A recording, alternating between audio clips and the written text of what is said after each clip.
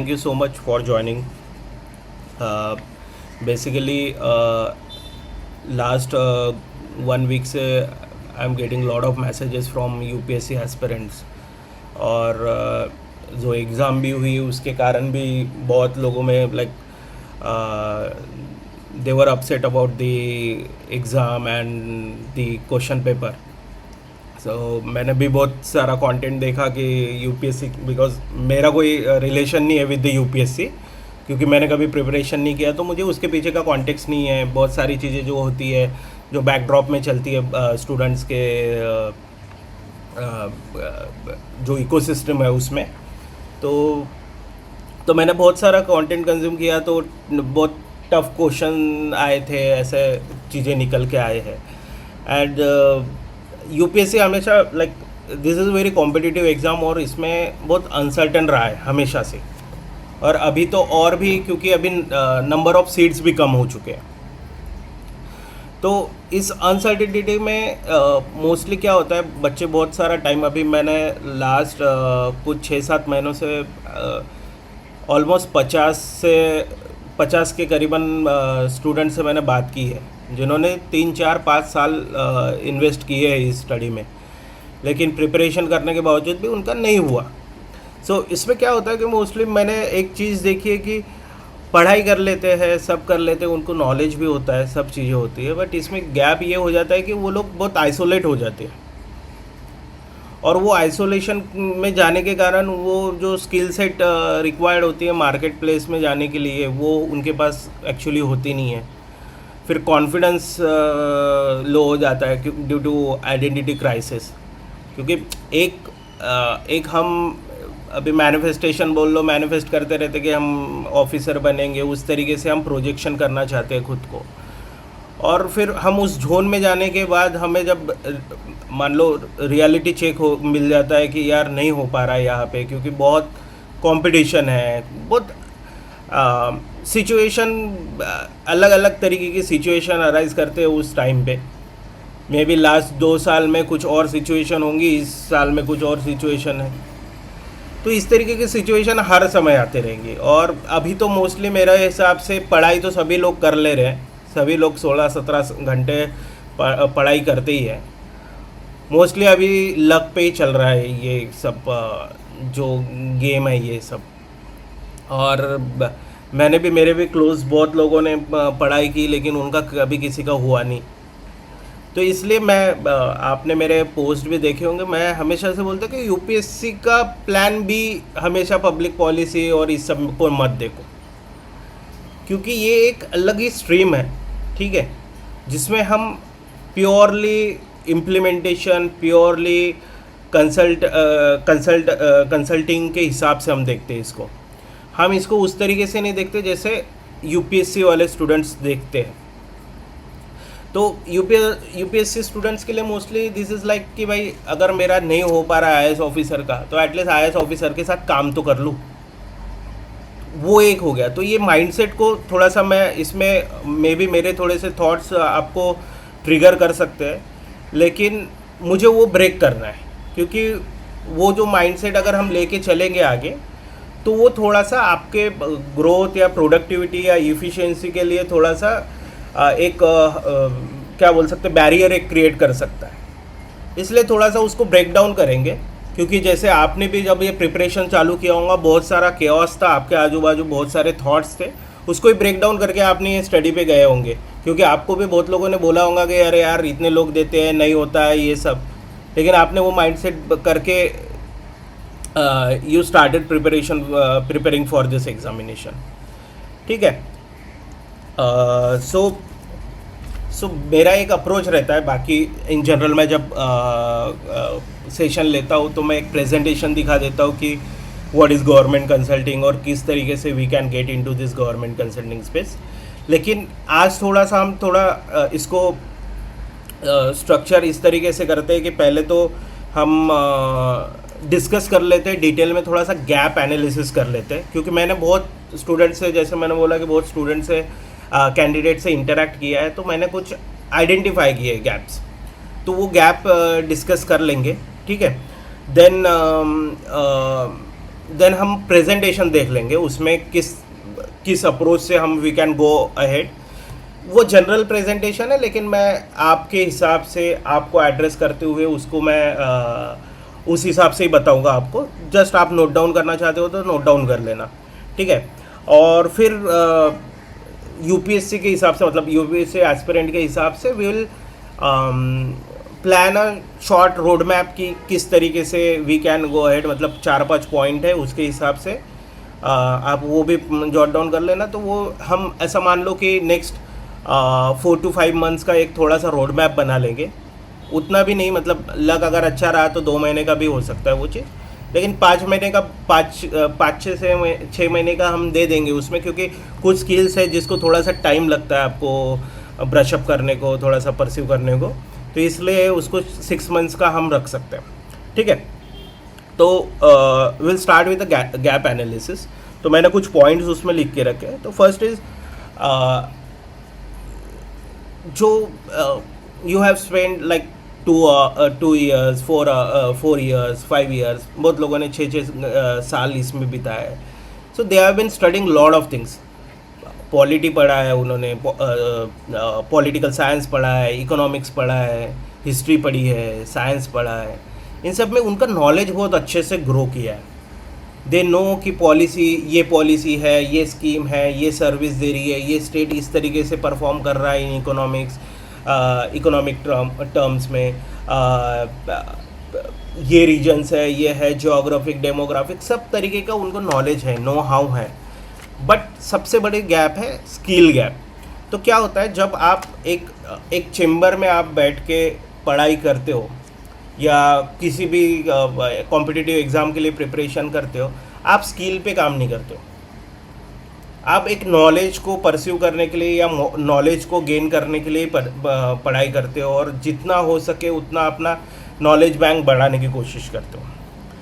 तो जब आप आइसोलेशन में काम कर रहे हो तो किसी भी प्रकार का किसी के साथ कम्युनिकेशन नहीं है, किसी के साथ कोई ट्रांजैक्शन नहीं है जहाँ पे स्किल यूटिलाइजेशन हो आपका, या किसी तरीके के स्किल परस्यू करें आप। तो ये जो है ना, नॉलेज बहुत अच्छा है, लेकिन जो स्किल गैप है वो बहुत ह्यूज है। तो ये एक बहुत बड़ा गैप है यूपीएससी कैंडिडेट्स में, जिसको हमें एड्रेस करना है।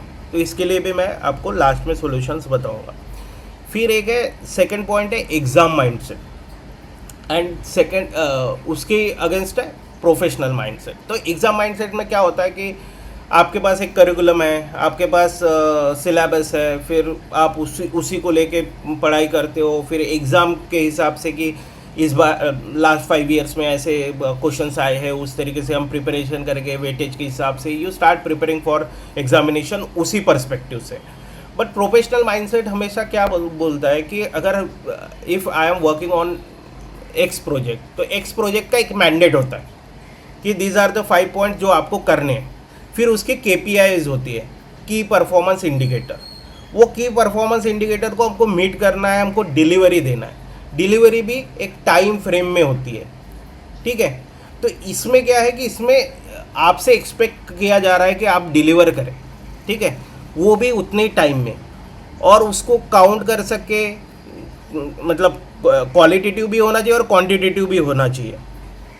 और उसको काउंट करने के लिए there will be someone, like अगर आप क्लाइंट लोकेशन पे काम कर रहे हो तो क्लाइंट होगा, या फिर अगर आप कोई ऑर्गेनाइजेशन में काम कर रहे हो जो मैनेजर होगा वो मैनेजर होगा। तो उस पर हमेशा आपके ऊपर वॉच रहेगी। लेकिन आप अगर एग्जामिनेशन के प्रिपेयर कर रहे हैं तो आप ही होल एंड सोल जो आप स्टडी कर रहे हो, आप प्रिपेयर कर रहे हो, and then you will give the examination, उसके हिसाब से रिजल्ट आएगा।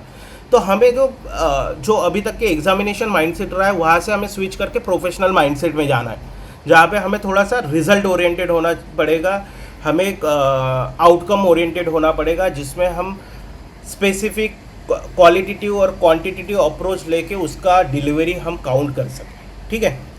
तो ये एक सेकंड गैप है जिस पे आपको काम करने की बहुत ज़रूरत है। थर्ड इज़ क्योंकि आफ्टर डूइंग ग्रेजुएशन या post graduation you directly start preparing for this examination, तो क्या होता है कि आप कोई प्रोफेशनल वर्क एक्सपीरियंस ही परस्यू नहीं कर रहे।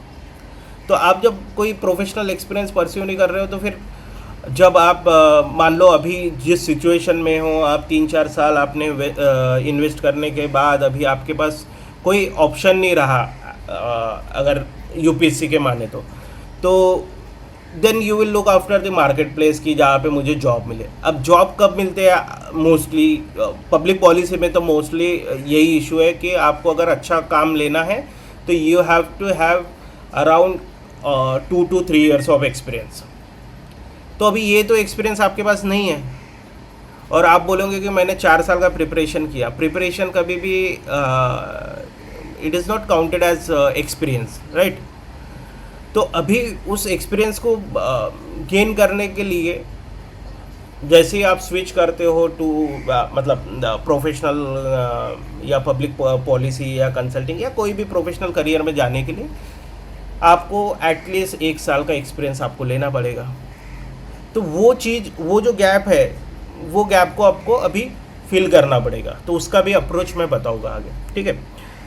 4th है कम्युनिकेशन गैप। अब ये कम्युनिकेशन गैप 2 टाइप की हो सकती है। एक तो मोस्टली हम लोग आइसोलेशन में रहते हैं तो जितना डायलॉग हो नहीं पाता है, प्रॉब्लम स्टेटमेंट नहीं समझ पाते हम लोगों के, क्योंकि हम मान लो कि रियल टाइम जो प्रॉब्लम्स हो रहे हैं या इश्यूज या चैलेंजेस फेस कर रही है कम्युनिटीज़ या सोसाइटी, उससे हम थोड़ा सा डिटैच हो जाते हैं कुछ समय के लिए, क्योंकि हम प्रिपरेशन में रहते हैं, ठीक है।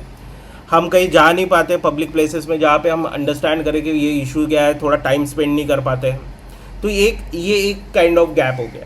दूसरा हो जाता है कि आपने कभी प्रेजेंटेशन नहीं बनाया होता है, आपने कभी पॉलिसी ब्रीफ्स नहीं लिखे होते हैं, आपने कभी डॉक्यूमेंटेशन नहीं किया होता है किसी एक प्रोसेस का, या मान लो कहीं आपने विजिट किया तो उसका एक डॉक्यूमेंटेशन लिख लिए कि ये this is what I have observed and this is what I am suggesting the possible intervention for this issues. इस तरीके से कोई अपना डॉक्यूमेंटेशन नहीं हो पाता है।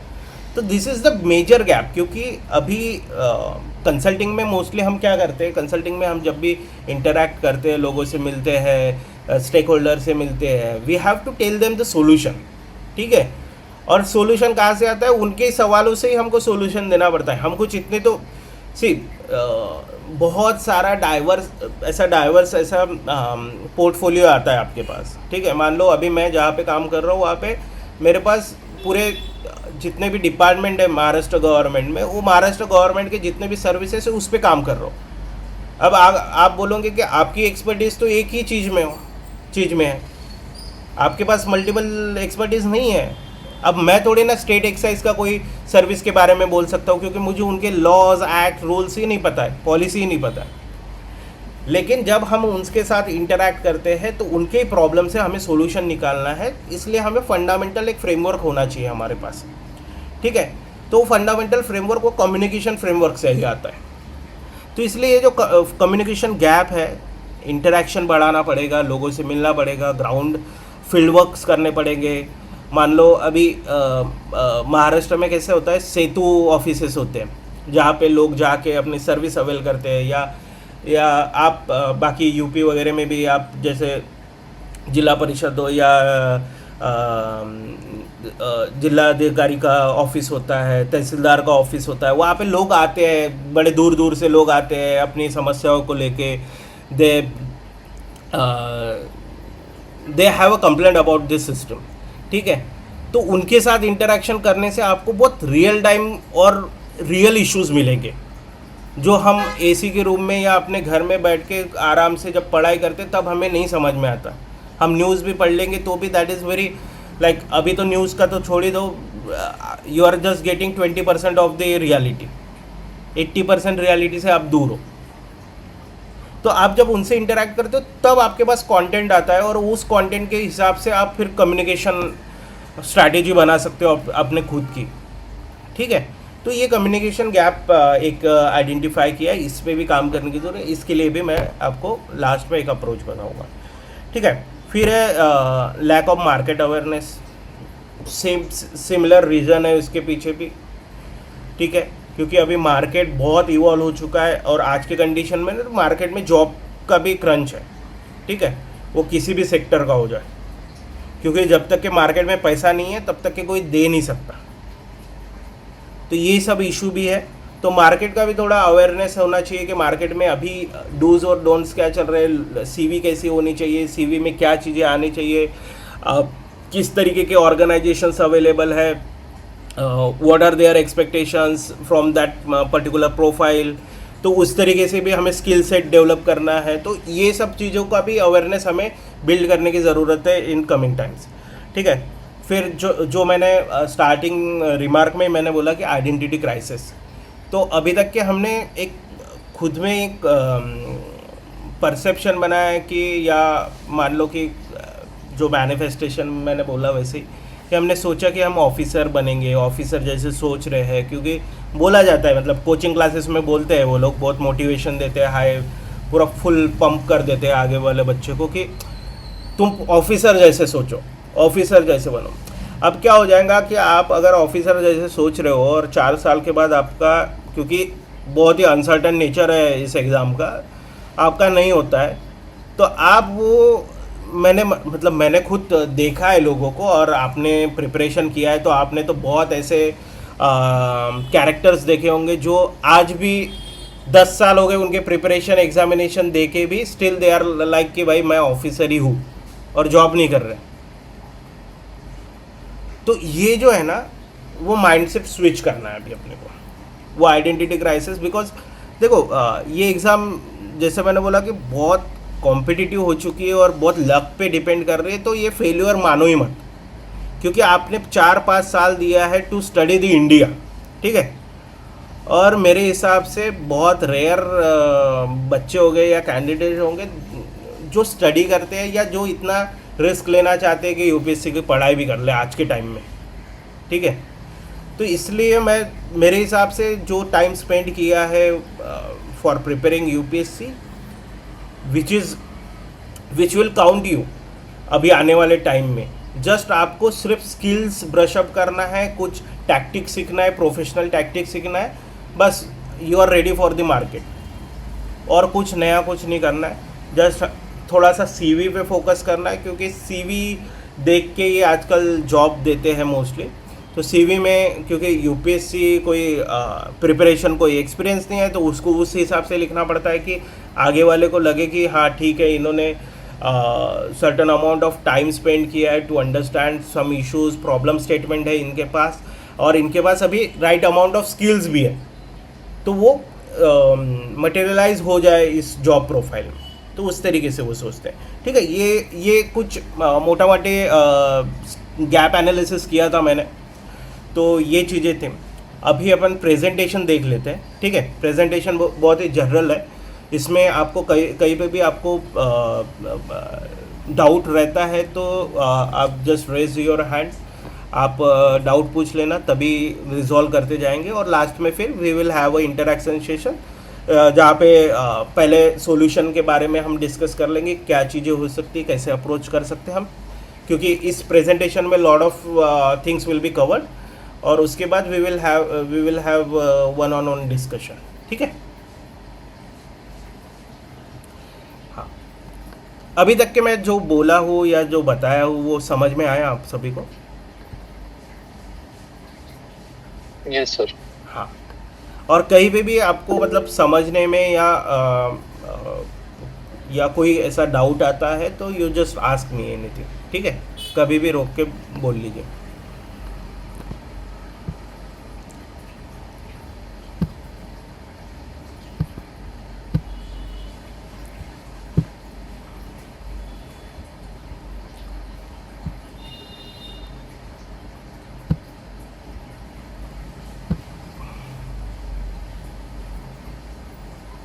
So is it visible to you? Hello? Yes sir. Yeah. Yes. So we will start with the basic, what is government consulting.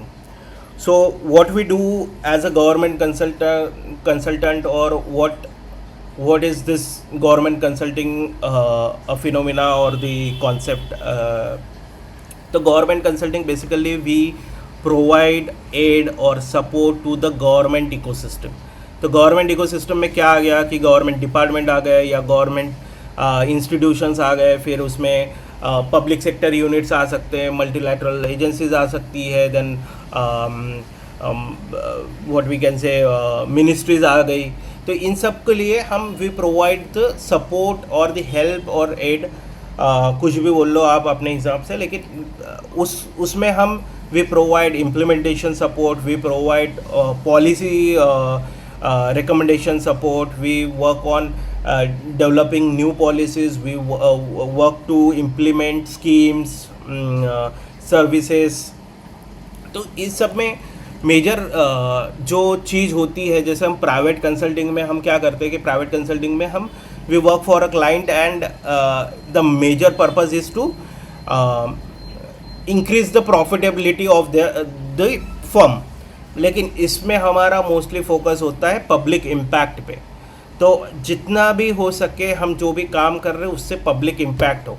For example if we are working on a policy, मतलब उसमें कुछ improve कर रहे हैं या नई policy बना रहे हैं, तो हमारा फोकस होना चाहिए कि हम ज़्यादा से ज़्यादा सोसाइटी के वॉइसेस को या डिसेंट्स को हम लेके आए, वो नोट डाउन करें उस वॉइसेस को और उस बेसिस पे हम डेवलप करें, so that the impact should be large. और क्या होता है कि प्राइवेट कंसल्टिंग में हम जब एक पर्टिकुलर कंपनी के बारे में देखते हैं, लेकिन अगर हम गवर्नमेंट कंसल्टिंग में हैं तो we are looking after one district, we are looking after one state, maybe we are looking after the whole country. तो इसमें जो ऑडियंस होता है वो बहुत डाइवर्स होता है, मतलब जैसे इंडिया है तो हमारे पास डाइवर्स ऑडियंस है, देन हमारे पास इश्यूज डाइवर्स है। तो इस सब में आपको बेसिक अंडरस्टैंडिंग या foundational understanding of that particular geography बहुत इम्पॉर्टेंट है। आपको अगर वो जोग्राफी की अंडरस्टैंडिंग होगी तो you can deliver in a better and effective manner, ठीक है।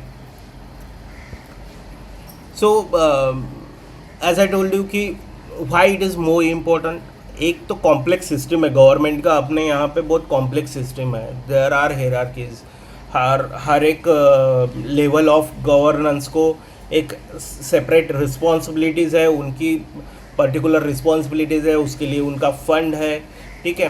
देन इन सब प्रोसेस से या गवर्नमेंट कंसल्टिंग से we create a direct impact, ठीक है, direct impact on the citizens, direct impact on the officers also, क्योंकि हमारा डायरेक्ट जो कन्वर्सेशन होता है या जो भी हमारा काम का आउटकम जो होता है वो डायरेक्टली सिटीजन्स के लिए होता है या ऑफिसर्स के लिए होता है या हमारा जो इंटरेक्शन ऑफिसर्स के साथ होता है। तो जो इंटरफेस हमारा एक तो एक क्लाइंट यानी ऑफिसर्स है, government officer, and the execution जहाँ पे हो रहा है दैट इज़ सिटीजन्स, तो वो सिटीजन्स है। तो ये डायरेक्ट इम्पैक्ट होता है हमारा सिटीजन्स एंड द ऑफिसर्स के साथ। तो कंसल्टिंग करते वक्त हमारे दिमाग में हमेशा ये होना चाहिए, मतलब जो आप यूपीएससी करते वक्त हमेशा से रहा है कि मुझे जनता के लिए काम करना है, तो दैट इज़ देयर, मतलब गवर्नमेंट कंसल्टिंग में भी that is very much evident. Then expert support, जैसे मैंने बोला कि स्टेट एक्साइज के साथ काम कर रहे हैं, तो अभी स्टेट एक्साइज के साथ अगर पॉलिसी पे काम करूँ उनके, तो मुझे स्टेट एक्साइज का एक्सपर्ट होना चाहिए, तभी मैं उनके पॉलिसी पे काम करवाऊँगा। तो इसलिए वो जो स्टेट एक्सपर्ट सपोर्ट हम देते हैं वो इसलिए भी बहुत मैटर करता है गवर्नमेंट कंसल्टिंग में। 1 सेकेंड।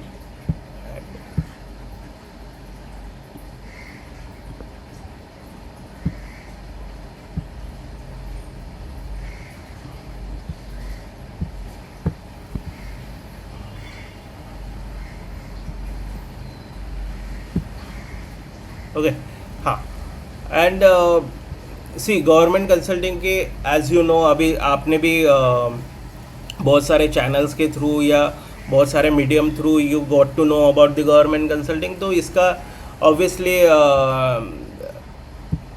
डिमांड बढ़ते जा रहा है इस सेक्टर का भी, और आने वाले टाइम में मतलब अभी जो सिचुएशन है इन द मार्केट या in the economy, global economy, यहाँ पे पॉलिसी मेकर्स, प्रॉब्लम सॉल्वर्स, इन सब की डिमांड बहुत इंक्रीज़ होने वाली है in coming years.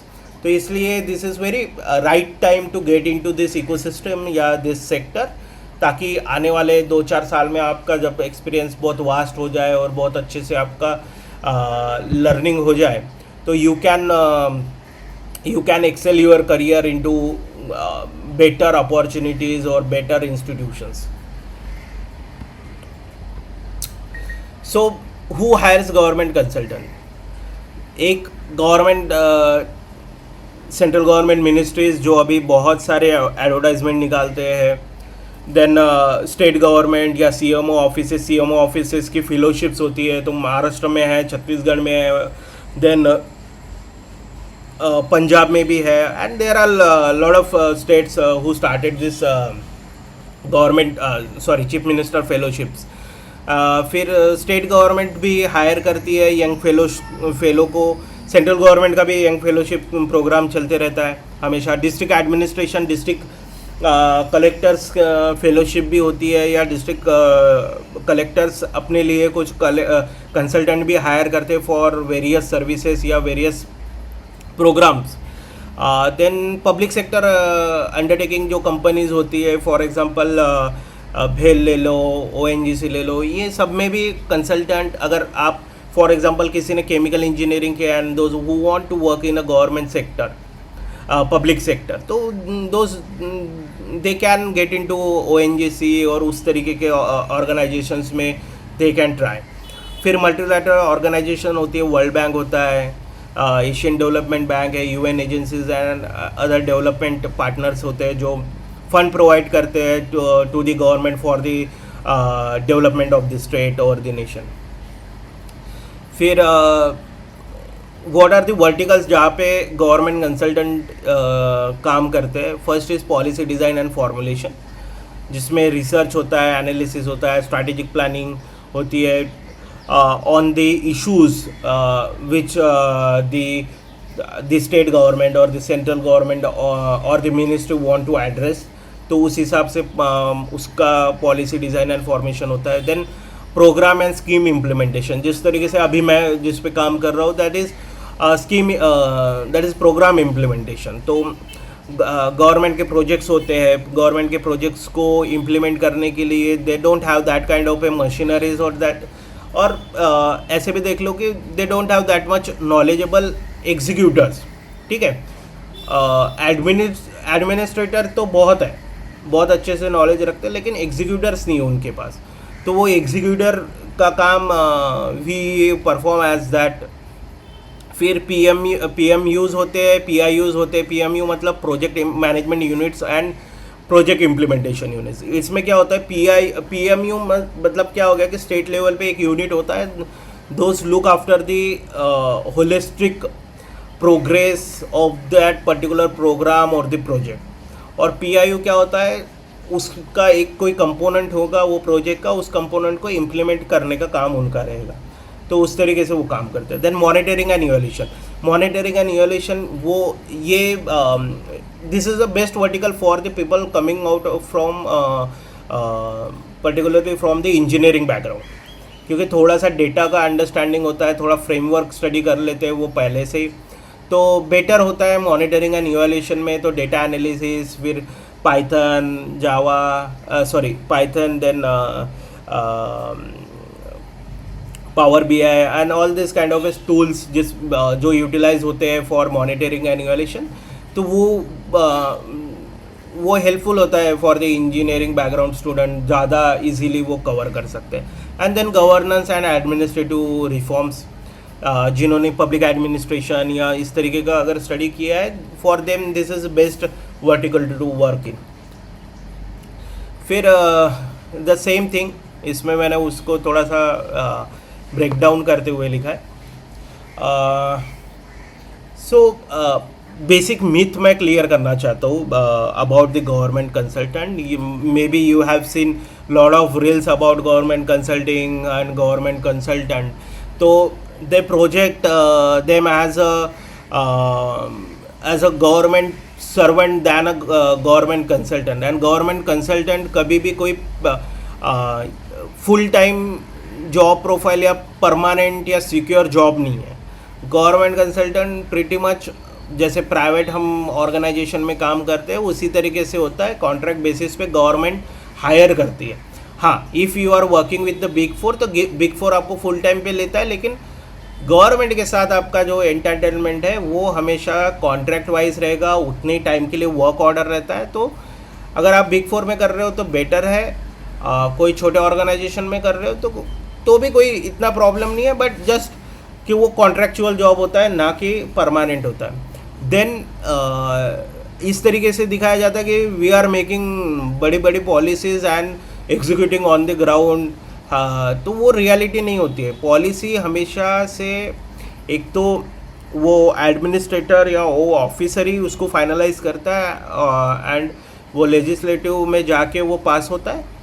Just we do the just we work on the components of it. For example कोई रिसर्च पे काम करता है, कोई एनालिसिस करता है, कोई उसको कंपाइलेशन करता है ऑल द इंफॉर्मेशंस को। तो इस तरीके से ब्रेकअप में काम होता है। हाँ, अगर आप advisor to the chief minister हो, एडवाइज़र टू द मिनिस्टर्स हो या advisor to the central ministry हो, तब आप बहुत सारा स्टेक ले लेते हो फाइनल डिसीजन मेकिंग में पॉलिसी के।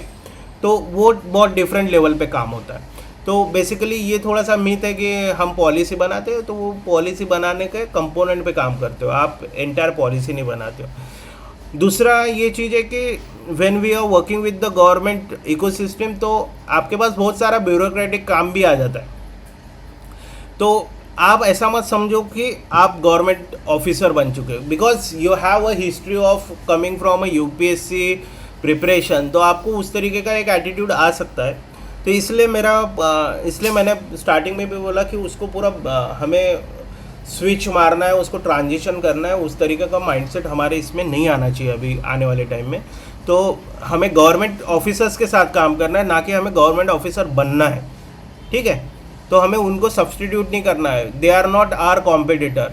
ठीक है, क्योंकि हमारी लीग अलग है एज अ गवर्नमेंट कंसल्टेंट और उनकी अलग है, क्योंकि the officers who are working at the level of execution, they don't have that much knowledge about the sector.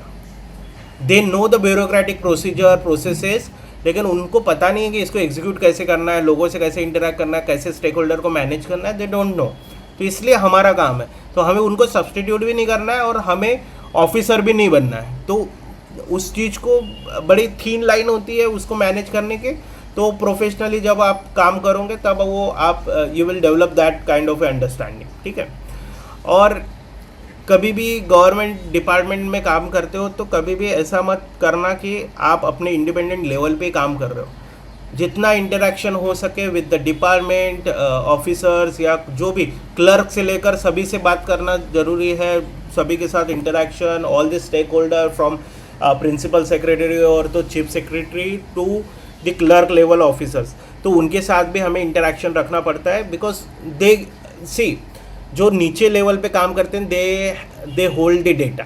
ठीक है, तो अगर अपने को कोई डेटा लेके एक्शनेबल इंसाइट्स ड्रॉ कर रहे हैं तो उनसे ही आपको मिलेगा, कोई आईएएस ऑफिसर नहीं देता है। तो इसलिए आपको पूरे थ्रू आउट द हायरार्की आपको we have to build a relationship with them.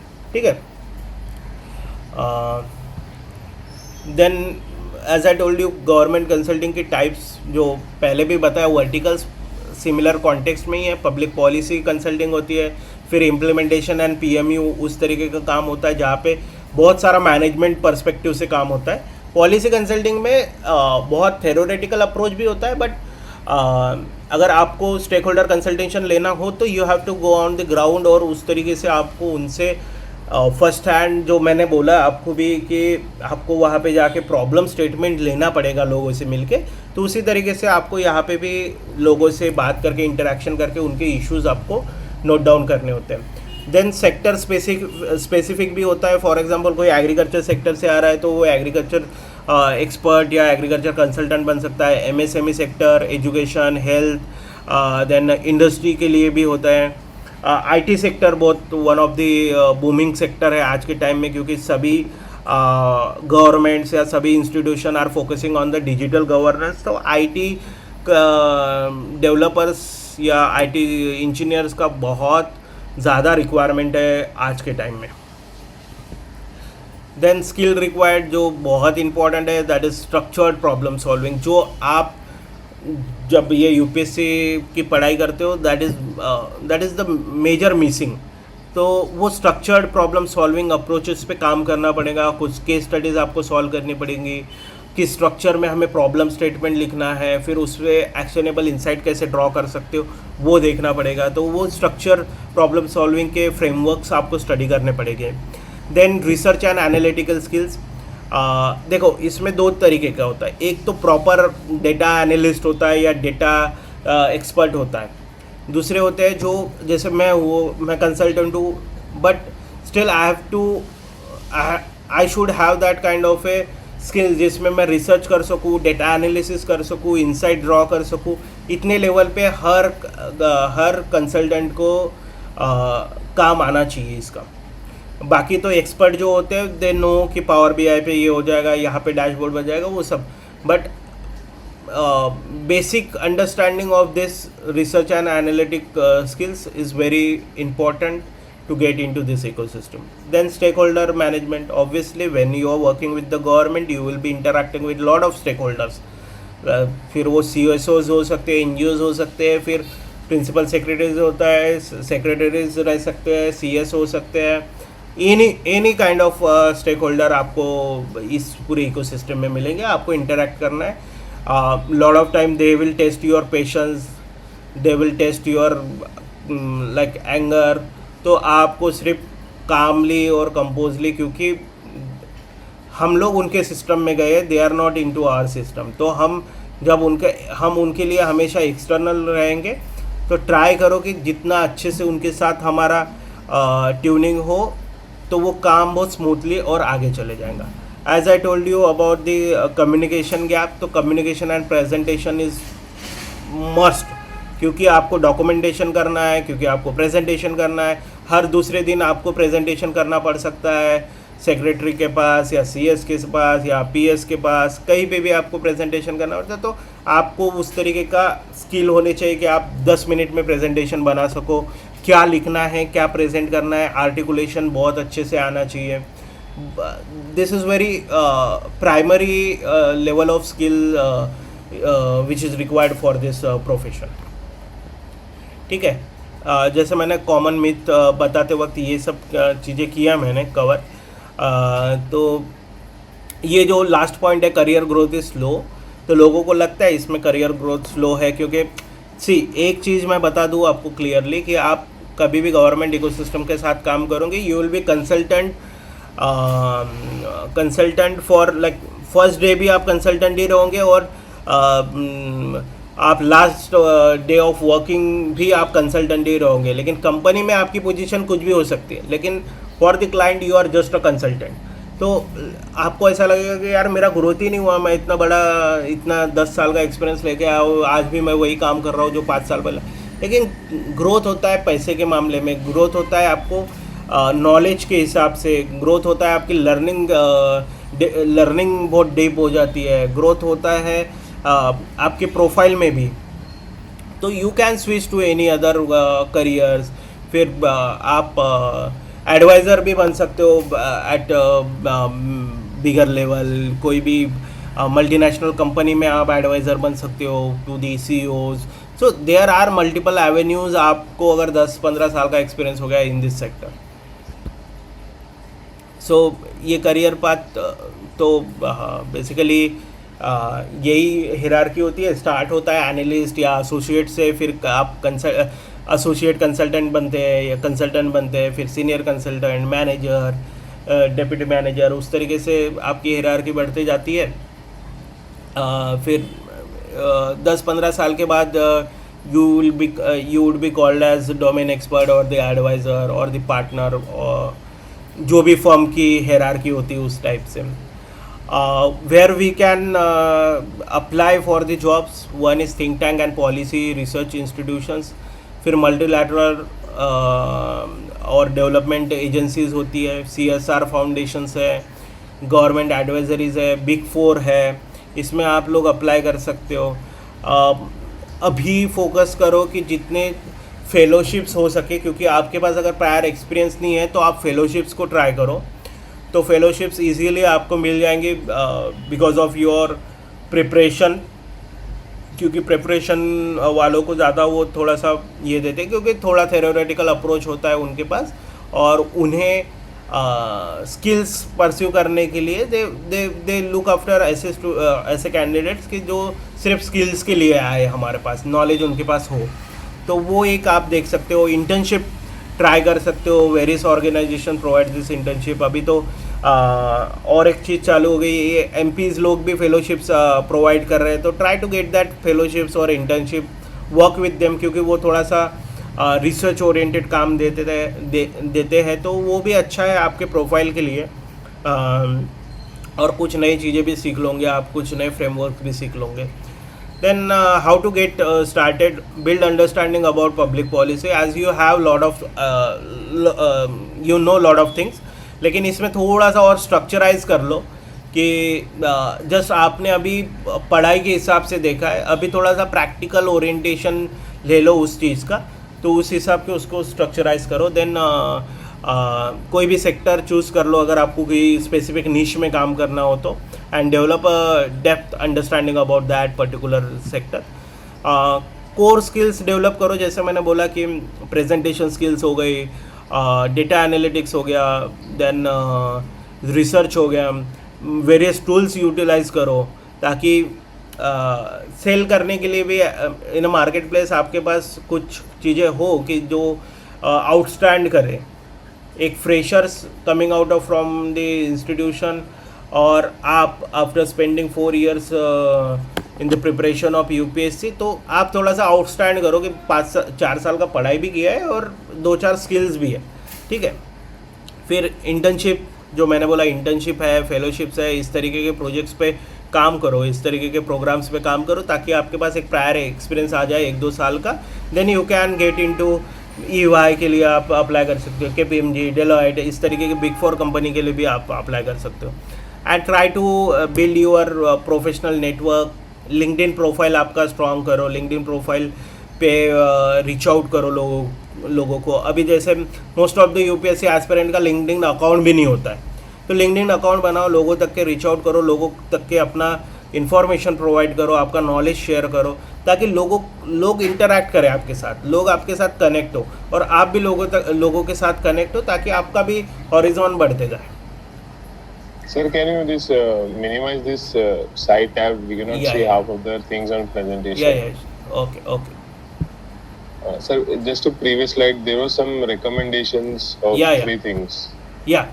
So, recommended resources I have already shared on my Instagram page. I have shared all the sources. So there are various websites which they share the case studies, और उसके साथ साथ they share various programs. तो उसमें you will get to know कि real time policies कैसे बनती है और कैसे एग्जीक्यूट हो रहे हैं और क्या उसका रियल इम्पैक्ट है। उसके साथ साथ you will study the impact assessment of the projects. तो उसमें you will build the understanding कि एक प्रोजेक्ट स्टार्ट कहाँ से होता है और एंड कहाँ पे होता है, और किस तरीके से उसका मॉनिटरिंग एंड इवैल्यूएशन होता है आफ्टर द प्रोजेक्ट, जब वो कंटिन्यू चलते रहता। तो that is covered under that resources जो मैंने शेयर किया है। You can go through the resources जो मैंने शेयर किया, उसमें 10 रिसोर्सेज शेयर किए हैं मैंने। या सो अभी this is pretty much clear कि क्यों आपने गवर्नमेंट कंसल्टिंग देखना चाहिए, क्योंकि आप already you have done study about UPSC, तो कुछ इंटेंशन आपके हो गई पब्लिक प्रॉब्लम्स को एड्रेस करने के।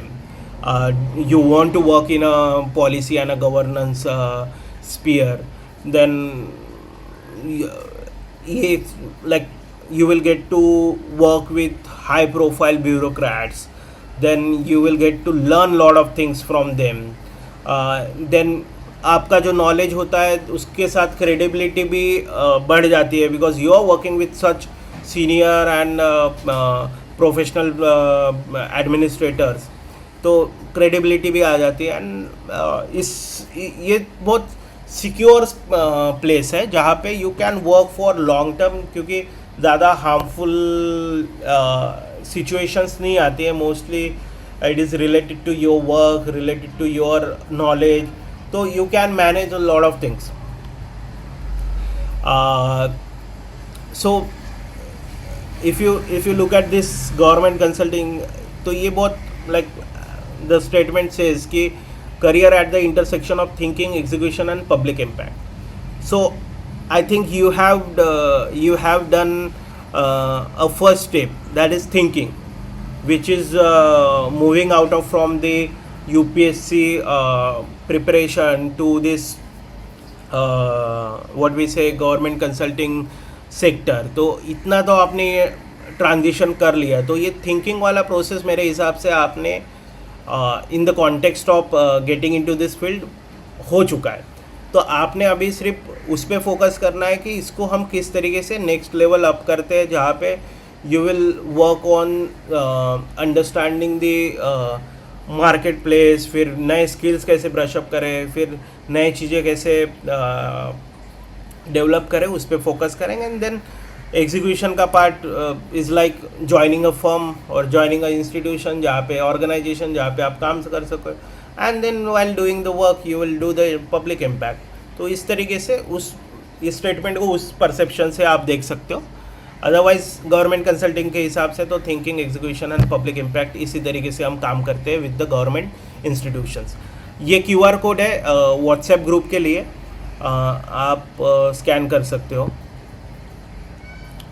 या फिर मैं लिंक दे दूंगा आपको.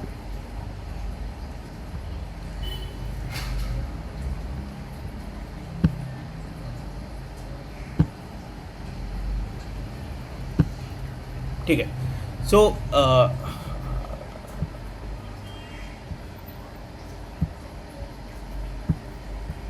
you can switch on your cameras abhi. Now we will have a interaction only.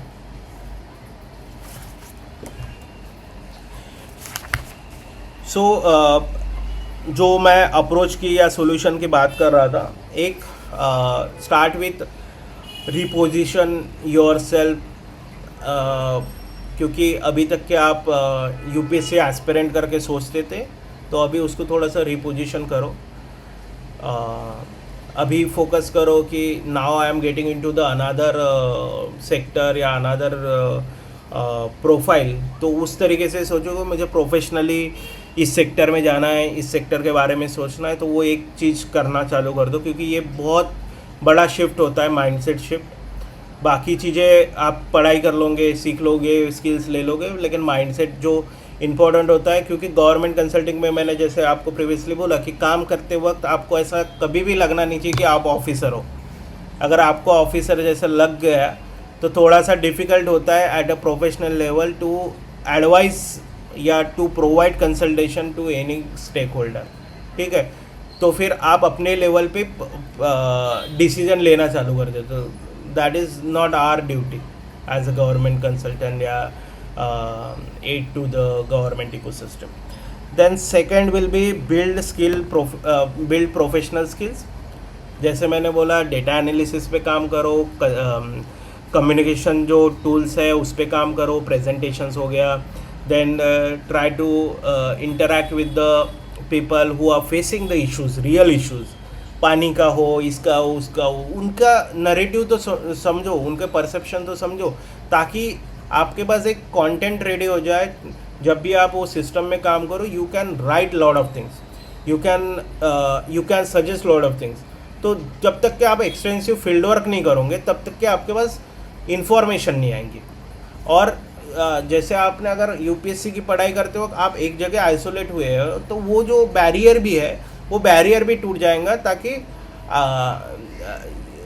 क्या होता है कि एक चीज़ होती है, हम बहुत सारे सॉल्यूशन हम थोड़ा रिसर्च करके निकाल लेते हैं, लेकिन उसमें ना बहुत सारी चीज़ें मिस हो जाती हैं. और जब आप पर्सनली किसी के साथ इंटरैक्ट करते हो और उसने उस चीज़ को फेस किया हो, जैसे हमने भी अपने लाइफ में बहुत सारी चीज़ें फेस की होंगी, तो हमारे पास उसका बहुत अलग पर्सपेक्टिव है.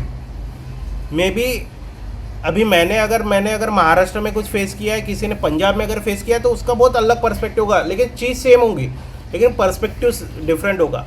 तो हम जब किसी ऑफिसर्स को भी बताते, तो हमें उसको उस तरीके से बताने कि भाई इतने पर्सपेक्टिव होते हैं, एक हम उनको एक चीज़ दे के उन्हें बायस नहीं कर सकते। तो इसलिए जितना आपका एक्सपोजर होगा, फील्ड एक्सपोजर होगा, उतना आपका हेवी कंटेंट होगा और बहुत रियलिस्टिक कंटेंट और फिजिबल होगा, जो इम्प्लीमेंट कर सकेंगे ऑन द ग्राउंड। ठीक है। थर्ड है कि जितना जल्दी हो सके you have to pursue the experience. ठीक है, गेन दी एक्सपीरियंस। 1-2 साल का फेलोशिप हो जाए, इंटर्नशिप हो जाए, या कोई भी छोटे थिंक टैंक या लोकल ऑर्गेनाइजेशन, एनजीओ जो इस तरीके के काम करते हो, थोड़ा सा सोशल डेवलपमेंट सेक्टर में या गवर्नमेंट के साथ, या देखो गवर्नमेंट कंसल्टिंग ही एक ऑप्शन नहीं है, गवर्नमेंट के साथ काम करने वाले एनजीओज़ के साथ भी काम करो, ताकि उनके साथ भी हमें एक, क्योंकि इंटरेक्शन तो आपको गवर्नमेंट इकोसिस्टम के साथ ही करना है एंड ऑफ द डे, तो उससे भी आपको एक एक्सपीरियंस, एक एक्सपोजर आ जाएगा। तो धीरे धीरे आपको यू हैव टू ग्रो, और हमेशा ध्यान में रखना कि you will not directly get into the government consulting job. There मतलब you have to go step by step. तो मान लो कि 5 साल के 5 स्टेप्स है, ऐसे मान लो। पहले 1-2 साल तो आपको फाउंडेशन ही बनाना है, फिर 2 साल किसी अच्छे कॉन्क्रीट प्रोजेक्ट पे काम करना है जिससे सही में आपकी प्रोफाइल अच्छी हुई, और लास्ट 5वें साल या 5 साल के बाद you have to try for the big fours या उस तरीके के कंसल्टिंग फर्म्स जो सही में एक्चुअल में गवर्नमेंट के साथ डायरेक्टली क्लाइंट लोकेशन पे काम कर रहे हैं।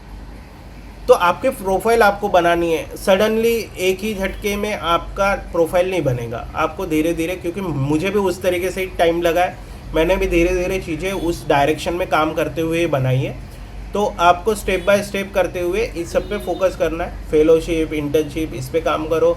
देन एक ऐसा ऑर्गेनाइजेशन आइडेंटिफाई करो जो गवर्नमेंट के साथ काम कर रहे हैं, या थिंक टैंक्स, या फिर कॉमर्स चैम्बर्स होते हैं जो इन्वेस्टमेंट पे काम करते हैं, या एमएसएमईज के साथ काम करते हैं, तो गवर्नमेंट के साथ ही काम करते हैं मोस्टली। तो वो रियल टाइम एक्सपोजर, वो थोड़ा सा फील्ड एक्सपोजर मिलेगा, आप इंटरेक्ट करेंगे एंटरप्रेन्योर्स के साथ, बिजनेसेस के साथ, इंडस्ट्रीज़ के साथ, तो वो भी थोड़ा सा आपका नॉलेज गेन करेगा। तो उस तरीके की प्रोफाइल्स देखो आप। ठीक है, आपको रिसर्च करना पड़ेगा, थरोली रिसर्च करना पड़ेगा कि ये चीज़ मेरे लिए फेवरेबल है या नहीं है, क्योंकि सबका एक पर्सनल इंटरेस्ट एरियाज है। ठीक है, तो उस तरीके से आपको आपका रिसर्च करते हुए आइडेंटिफाई करना है आपके ऑर्गेनाइजेशंस। देन से आपको पोर्टफोलियो आपका डेवलप करना है। मान लो सीवी है या रेज्यूमे बोल लो, तो सीवी आपको उस तरीके से बनाने हैं। जैसे अभी मैंने बहुत सारे यूपीएससी एस्पिरेंट का बनाया, तो उनका कोई प्रायर एक्सपीरियंस नहीं है, तो उन्होंने मोस्टली क्या किया है कि मैंने उन्हें उस तरीके से ही बोला कि आपको प्रिपरेशन का ही लिखो, लेकिन प्रिपरेशन का ऐसे लिखो कि कुछ क्वालिटेटिव या क्वांटिटेटिव चीज़ की हो आपने वो 4 साल में, ताकि आगे वाले को दिखे कि ये स्किल्स है, ये नॉलेज है इसके पास। प्लस आपने वहाँ पे स्किल्स लिखना है। स्किल्स मतलब क्या हो गया कि प्रेजेंटेशन स्किल्स हो गए, जो बेसिक स्किल्स है जो एक नए फ्रेशर्स के तरफ फ्रेशर्स को देखते हुए रिक्रूटिंग कंपनीज एक्सपेक्ट करती है। तो उस तरीके से उसको सीवीज डिज़ाइन करें। अगर आप if you are working in the particular system ecosystem, जैसे मान लो कि आई गेस नालंदा और ये शुभम काम करते ही है या फेलोशिप में कर रहे हैं, तो इनके पास है इनफ एक्सपीरियंस है उस तरीके को एड्रेस करने के लिए, या उन ऑर्गेनाइजेशन के एक्सपेक्टेशन को मीट करने के लिए। तो आप उसको थोड़ा सा सीवी में जब लिख रहे हो तो उसको क्वांटिटेटिव भी लिखो प्लस क्वालिटेटिव भी, क्योंकि आपका नंबर भी दिखने को ना कि हमने इतने लोगों तक के इम्पैक्ट किए, हमने इतने स्टेक होल्डर के साथ बात की है। तो इससे और सीवी में क्वांटिटेटिव और क्वालिटेटिव अगर आपका दोनों चीज़ दिख रहा है, तो एक जो रेज्यूमे दिख रहा है या सीवी दिख रहा है, उसके लिए बहुत अच्छे से एक बैकग्राउंड सेटअप हो जाता है वो कैंडिडेट का। तो इसलिए वो सीवी बहुत स्ट्रक्चर तरीके से 1 पेजर सीवी इज़ परफेक्ट। ठीक है, देन फाइनली अंडरस्टैंड करो पूरे इकोसिस्टम को कि किस तरीके से काम करता है. For example if you want to work in UP government, तो यूपी गवर्नमेंट का स्ट्रक्चर कैसा है, यूपी गवर्नमेंट में लोग कैसे काम करते हैं. अगर महाराष्ट्र में काम करना है, महाराष्ट्र में कैसा है स्ट्रक्चर, डिस्ट्रिक्ट लेवल पे कैसे काम होता है, जिला परिषद लेवल पे कैसे होता है, स्टेट लेवल पे कैसे काम होता है. तो अगर आप स्ट्रक्चर समझ लोगे तो मोस्ट ऑफ द, जो मैं टैक्टिक्स की बात कर रहा होता है, टैक्टिक्स यही चीज़ है. अगर आपको सिस्टम समझ में आ गया तो आप उस तरीके से यू कैन परफॉर्म. नॉलेज आपके पास, मेरे हिसाब से मैं हमेशा सेशंस लेते वक्त ये चीज़ हमेशा बोलता हूँ कि नॉलेज कैसा होता है, नॉलेज हम गेन कर सकते हैं ओवर द पीरियड, ठीक है. लेकिन जो ये जो माइंडसेट होता है ना, माइंडसेट वो हमारा हमेशा से पहले से ही होता है, ठीक है. हम सिर्फ उसको स्विच करना चाहते हैं, ऐसे ऐसे ऐसे ऐसे करना चाहते हैं. तो अभी आपने जो माइंडसेट बनाया था यूपीएससी के लिए, उसको थोड़ा सा स्विच करने की ज़रूरत है. जस्ट आपको प्रोफेशनल के हिसाब से सोचना है, ठीक है. और आपने जिस दिन प्रोफेशनल के हिसाब से सोचना चालू कर दिया, तो ये जो इस सेक्टर का जो वर्किंग नॉलेज जो बोलेंगे, वो वर्किंग नॉलेज आपको आना चालू हो जाएगा. और जब आप लोगों के साथ काम करोगे, वो टैक्टिक्स भी आप you can test, you can develop, you can nurture your tactics as well. तो ये जो गेम है, इस गेम में आपको सर्वाइव करना है. तो नॉलेज तो बहुत इम्पोर्टेंट है ही, लेकिन इसके साथ साथ आपको थोड़ा सा पर्सनल बोल लो, या थोड़े से जो स्किल्स होते हैं लोगों से इंटरेक्ट करने के, लोगों से इंफॉर्मेशन निकालने के, इलिसिट करने के लोगों से, तो ये सब डेवलप करना पड़ेगा आपको. और वो इवेंचुअली यू विल लर्न जब आप काम करोगे लोगों के साथ, थोड़ा अलग डाइवर्स ऑडियंस के साथ काम करोगे, you will get to know lot of things. तो यही सब सॉल्यूशंस है अभी फ़िलहाल. तो आप अभी अगर आपके पास ऑलरेडी एक्सपीरियंस हो, तो आप सीवी पे काम करो, सीवी डेवलप करो, और उस तरीके के ऑर्गेनाइजेशंस को फोकस करो जो आपके प्रोफाइल या आपके इंटरेस्ट को मैच करते हो, ठीक है. मैं इसलिए इंटरेस्ट पे ज़्यादा फोकस कर रहा हूँ क्योंकि कुछ समय के बाद यू विल फील लाइक कि भाई मोनोटोनस वर्क हो गया मेरा. और इंटरेस्ट में अगर काम करते हो तो आपके पास हमेशा से ये एक स्कोप होता है कि मुझे ये बिल्ड करना है, मुझे ये डेवलप करना है. तो वो स्कोप हमेशा रहेगा आपके पास, ठीक है. तो इसलिए थोड़ा सा इंटरेस्ट एरिया में ही काम करना ट्राई करो. और दूसरा ये हो गया कि जो यूपीएससी से है उन्हें तो स्पेशली थोड़ा पहले तो स्किल्स पे काम करने की ज़रूरत है. जितना हो सके analytical skills, problem solving skills, इस पे फोकस करो. कम्युनिकेशन स्किल पे फोकस करो, डॉक्यूमेंटेशन, पॉलिसी ब्रीफ्स लिखने पे फोकस करो. ये अगर आपने डेवलप कर लिया, फिर साइमल्टेनियसली आप सीवी डेवलप करो.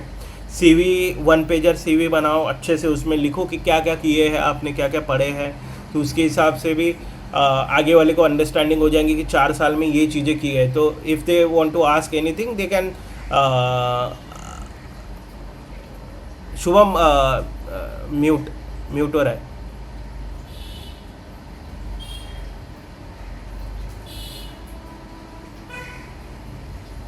ओके, हाँ. So they can ask accordingly. फिर उसमें स्किल्स के लिए थोड़ा सा आपको फोकस करना पड़ेगा. हाँ, और एक चीज़ मैं एड्रेस करना भूल गया. अगर आपके पास if you don't have anything, any degree और डिप्लोमा और any course related to public policy, तो थोड़ा सा आपको थोड़ा टफ होगा. तो टफ इसलिए होगा क्योंकि कोई बेस नहीं है, कोई फाउंडेशन नहीं है आपके नॉलेज के लिए कि आपने कुछ उस पर्टिकुलर फील्ड में किया हो. तो अभी जैसे मान लो कि आपने यूपीएससी की पढ़ाई की हो, तो आप वो प्रोजेक्ट करो कि मैंने यूपीएससी की पढ़ाई किया है ये. बट साइमल्टेनियसली आपको वो 1-2 स्किल्स आपको लेना पड़ेगा जो एज देंगी आपको. तो इसलिए कुछ चीज़ें हैं जो आपको काम करना पड़ेगा. इतना सिंपल नहीं है कि आप डायरेक्टली आपको एंट्री मिल जाएंगी. आपको साइमल्टेनियसली 2-4 स्किल्स परस्यू करने पड़ेंगे. Plus if you have any course कर सकते हो तो कोर्स करो.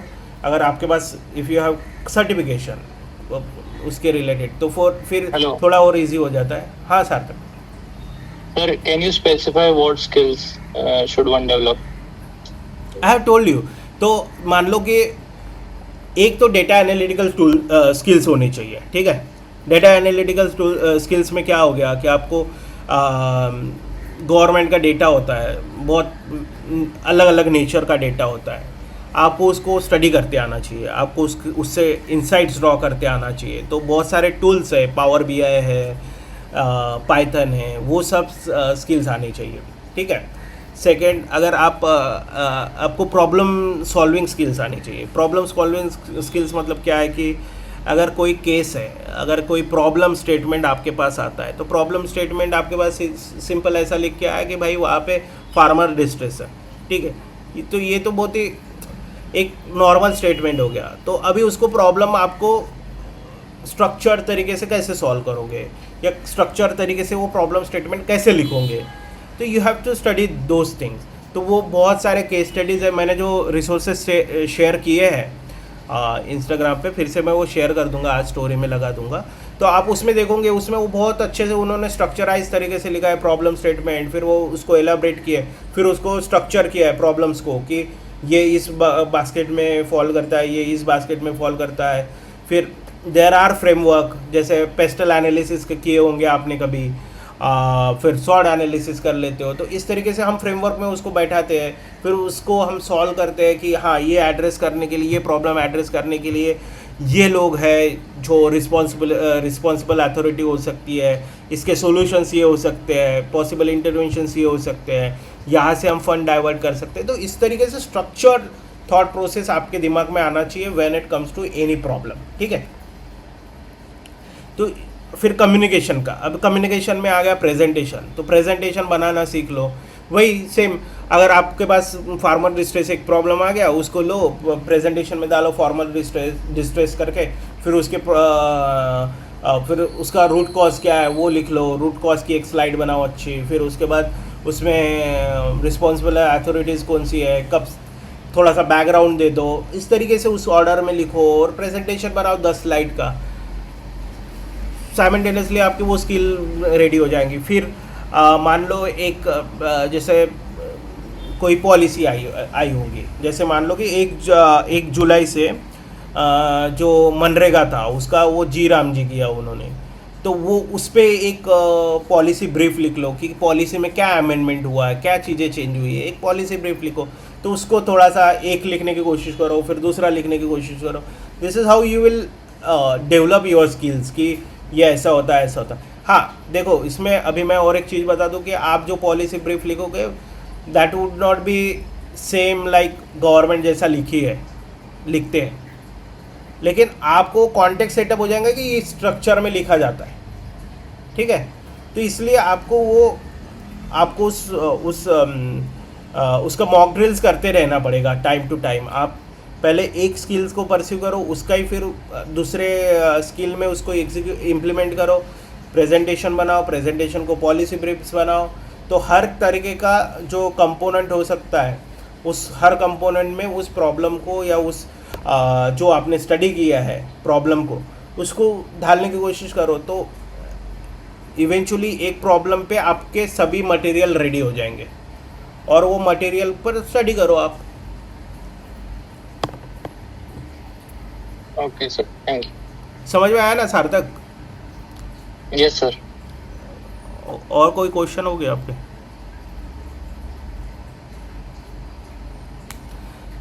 हाँ, तो वो चीज़ हो गई। और किसी के कोई क्वेश्चंस है? हाँ नालंदा, आपके कोई क्वेश्चंस होंगे तो। Yes, sir. Yeah. So first of all, thank you. It was really a bird's eye view to the government consulting that you gave. Yeah, I had a few queries. So basically, as you know already, that I am right now working as a SBI fellow. So regarding the policy brief you are talking about, should I write the policy brief in such a way that I can write my field inputs in that policy brief as well, include them in the policy? So in a policy brief, we usually write कि ये policy थी और उसके हिसाब से we write the brief. So you can, वो policy brief नहीं होगा जो आप बोल रहे हो, you can write a suggestion paper या you can write a paper, ठीक है, आर्टिकल, जिसमें now you are on the field, जहाँ पे you are addressing, I think you are working with the artisans, ठीक है। तो you can write a proper problem statement, ठीक है। तो that can the problem statement और that article can be a guiding document for writing a policy, ठीक है।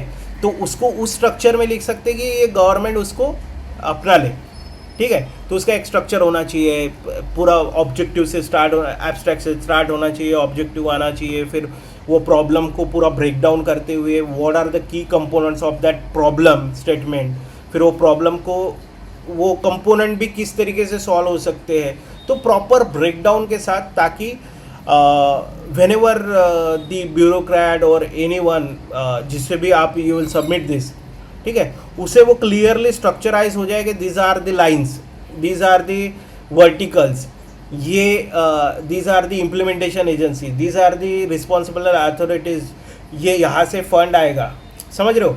अगर आपने आर्टिसंस का एक प्रॉब्लम लिखे कि आर्टिसंस के पास कोई फंडिंग नहीं है, तो आपने अभी जैसे आप SBI फाउंडेशन के साथ काम कर लो, तो SBI का कोई NBFC होगा, तो NBFC से ये फंड मोबिलाइज हो सकता है। डिस्ट्रिक्ट के पास एक सेपरेट फंड होता है, तो डिस्ट्रिक्ट आर्टिसंस के लिए एक इकोसिस्टम बना के दे सकते हैं, एक मंडी बना के दे सकते हैं जहाँ पे वो फेयरवेल लगा सके, फेयर्स ऑर्गेनाइज कर सके। देन मार्केटिंग के लिए चैनल्स बना के दे, फॉरवर्ड लिंकेजेस, बैकवर्ड लिंकेजेस। तो एक स्ट्रक्चर्ड प्रॉपर उसका अगर डॉक्यूमेंटेशन बन जाए तो वो which will be like equivalent to policy, ठीक है। तो पूरा पॉलिसी डॉक्यूमेंट बन सकता है, तो वो गाइडिंग फोर्स बन सकता है। पॉलिसी ब्रीफ तो फिर छोटा ही हो गया, उसका आप एब्स्ट्रैक्ट लिख दोगे तो वो तो पॉलिसी ब्रीफ हो गया उसका। तो इसलिए आप जो कर रहे हो ना, उसे अच्छे तरीके से लिखो, जितना अच्छे से लिखोगे उतना प्रैक्टिस हो जाएंगी। और documentation is very important in government ecosystem. जैसे मैं जिस वर्ल्ड बैंक के प्रोजेक्ट पे काम कर रहा हूँ, हम जिस प्रोजेक्ट पे काम कर रहे हैं, गवर्नमेंट प्रोसेस री इंजीनियरिंग, हर एक सर्विस के में क्या इम्प्रूवमेंट हो रहा है, क्या सिंप्लीफिकेशन हो रहा है, किस तरीके से हम चेंजेस कर रहे हैं, उसका उन्हें डॉक्यूमेंटेशन चाहिए। तो एक सर्विस तो इतनों सी सर्विस है, लेकिन वो सर्विस का डॉक्यूमेंट इतना 200 पन्ने का बन रहा है, और ऐसे 250 सर्विसेज का हमें करना है। तो सोचो कि इतना बड़ा डॉक्यूमेंटेशन बनेगा, इतना तो डॉक्यूमेंटेशन नीचे से ऊपर तक के, तो इतना डॉक्यूमेंटेशन ही बनते जाएंगे। तो इसलिए ये जो अगर हमने एक डॉक्यूमेंट अच्छा कॉन्क्रीट बनाया ना, उसका बहुत फ़ायदा होता है, क्योंकि अपने को स्ट्रक्चर पता चल जाता है। और एक बार स्ट्रक्चर पता चल जाए और उसमें क्या कंपोनेंट आने चाहिए और किस तरीके से हमें एड्रेस करना है उस इश्यूज़ को, ये अगर हमें समझ में आ जाए तो it is very easy to write policy brief. ये सब बहुत छोटी चीज़ें हो जाती है, क्योंकि पॉलिसी ब्रीफ क्या है, कितने पेजेस का होगा, मोस्टली 4-5 पेजेस का, ज़्यादा से ज़्यादा। पॉलिसी बहुत बड़ी हो जाती है। और पॉलिसी एक क्या होता है कि पॉलिसी का एक ये निकलता है, ठीक है, गवर्नमेंट का नोटिफिकेशन, ठीक है, इतना बनेगा। लेकिन उसके पीछे का जो हैंडबुक बनते हैं, वो हैंडबुक इतने बड़े बनते हैं कि ये इसका है, ये इसका है। फॉर एग्जांपल अगर इंडस्ट्री पॉलिसी बनी, तो इंडस्ट्री पॉलिसी में MSME के लिए क्या है, MSME किस तरीके से करेगा परफॉर्म दिस, फिर इंडस्ट्री ट्रेड प्रमोशन कैसे होगा, प्रमोशनल एक्सपोर्ट प्रमोशन काउंसिल कैसे काम करेगा। तो सबके हैंडबुक्स रहते, बहुत डिटेल में होता है वो सब। तो क्या करो, अभी तो मैं मोस्टली यही सजेस्ट करूँगा कि आप देखो कि पॉलिसी कैसे लिखी है किसी ने। फॉर एग्जांपल आप किसी पर्टिकुलर स्टेट से हो, मतलब मैं महाराष्ट्र से हूँ, तो मैंने महाराष्ट्र में देखना चाहिए कि अगर मेरा इंडस्ट्री है तो मैंने इंडस्ट्री पॉलिसी देखना चाहिए। तो उन्होंने किस तरीके से लिखा है, पहले क्या लिखा है, प्रीफेस लिखा है, फिर उन्होंने किस एक्ट के अंदर इस पॉलिसी को लिखा है, फिर वो एक्ट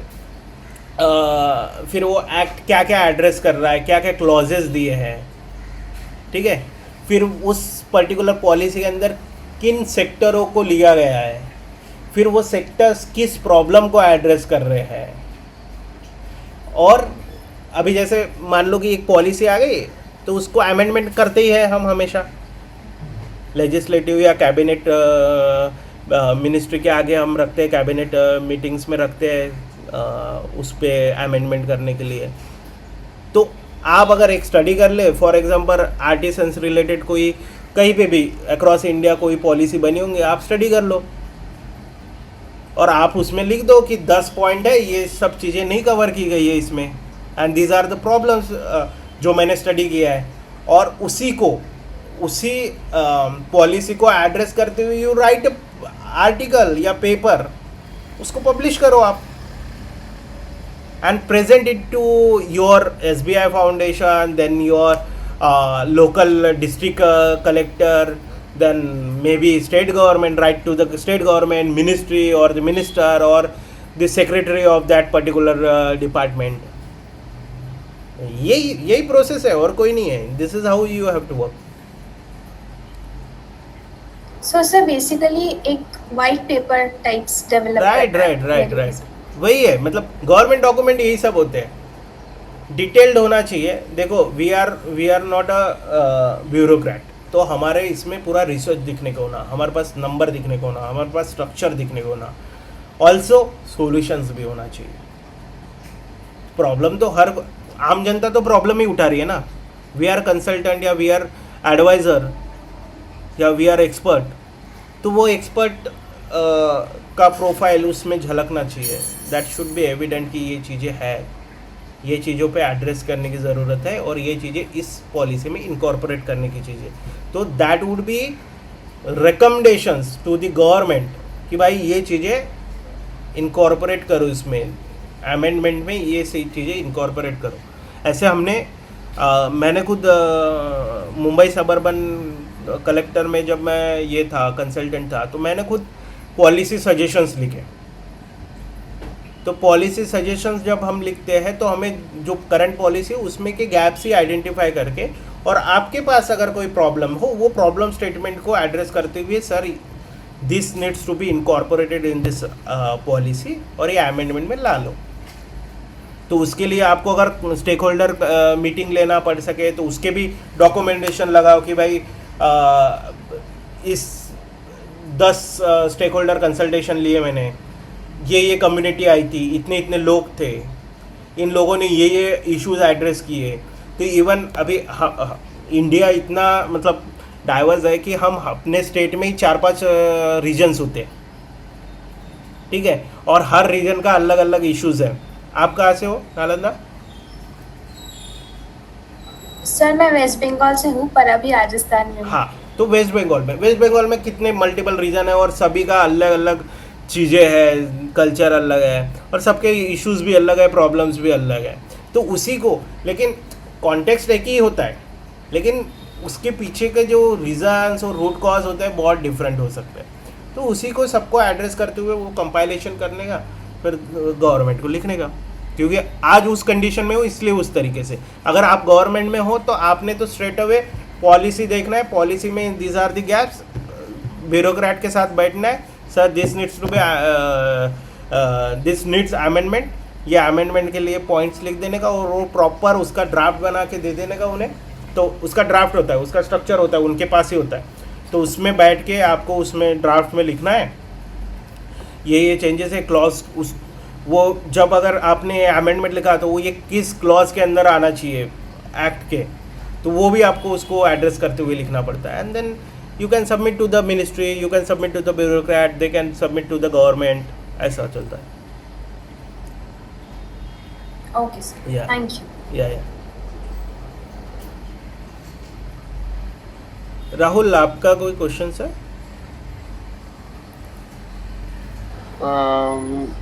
मैं तो सर नया ही हूँ into this all this kind of thing. I guess I did drop you an LinkedIn message as well. Yeah. I've just submitted my PhD thesis. I'm just waiting for my defense and everything. So the recommendations while I was trying for job as well, depending upon the interview I got through, and the interviews that went most of the what is your profession. What is your PhD topic? The PhD was formulation, standardization, and characterization of an phytopharmaceutical gel for anti-infective activity. I'm basically from pharma. Okay. Pharma kind. Yeah. So most of the suggestions from the आपने bachelor और master क्या किया? Bachelor's is B.Pharm, Master's is M.Pharm, specialization in quality assurance, that is QA, okay and PhD is in pharmaceutical sciences. Okay okay. तो आपको government consulting में interest है क्या?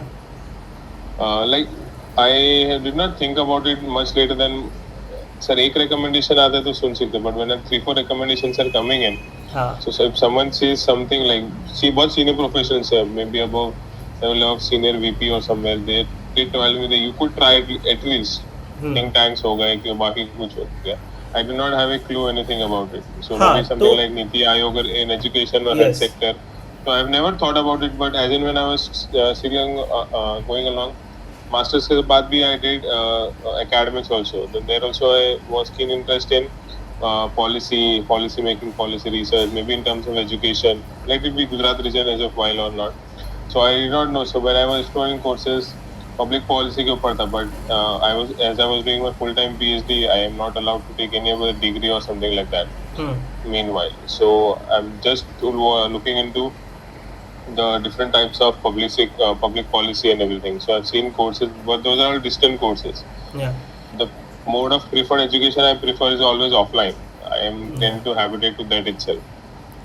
So in that way, I'm exploring enough. So what comes along, maybe something to learn up, skills or brush up. I've learned data analytics, Power BI, and all this. I know I'm quite handy on it as well. या And in the current job I am a project manager at a farm and techno consultancy which specializes in regulatory filings, which is एक molecule होता है, उनका submissions होता है to different agencies in domestic and international as well. या So I'm a project manager there. So meanwhile I want to also see how if that thought process which I'm thinking of, maybe public policy research would be good, education would be good, health sector would be good. So these 3 areas I've dropped down to. And that's why I'm exploring enough and seeing if things could come in handy.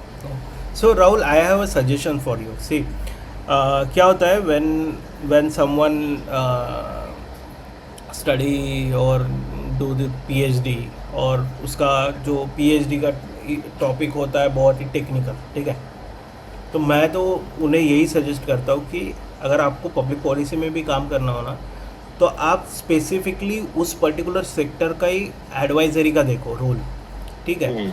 जैसे programme advisers होते हैं, ठीक है।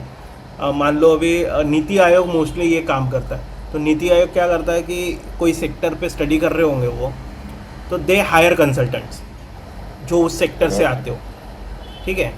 तो वहाँ पे एक बार आप नीति आयोग के वेबसाइट पे देखो, नीति आयोग के वेबसाइट पे फार्मास्यूटिकल रिलेटेड कुछ रिसर्च हुआ है क्या या हो रहा है क्या, तो उस पर फोकस करो। दूसरी पॉसिबिलिटी ये है कि आप